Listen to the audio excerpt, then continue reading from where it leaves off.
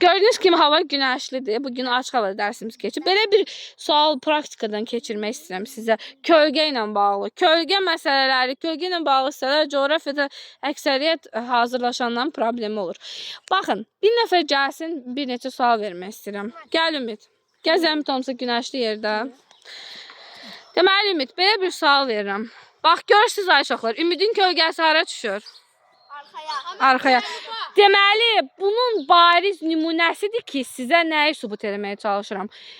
Deməli, günəş şimaldan vurur ki, cənuba düşür. Deməli, günə baxan tərəfdə biz, deməli Ümid, bundan biz nəyə başa düşürük bala? Günəş üzümüzü şimaldan vurur, arxaya nə düşür? Kölgəmiz. İndi məsələn, kölgə şimala düşsəydi, deməli, günəş cənubdan vurar. Düzdür? Yaxşı, belə bir sual verim. Gün ərzində uşaqlar ən uzun kölgə nə zaman müşahidə? Bir nə vaxt müşahidə olunur? Axşamüstü. Axşamüstü görmüşük. Bunun səbəbini düşünmüşük. Günəş batır. Nəyə görə? Müəllim, deyə bilərəm, günəş enerjisinin çox olmasına görə. Yox, kölgə niyə? Bax, səhər də biraz kölgə uzun olur ay uşaqlar. Bir də axşam uzun olur. Amma sizcə günorta niyə olmur? Buyur ay qızım.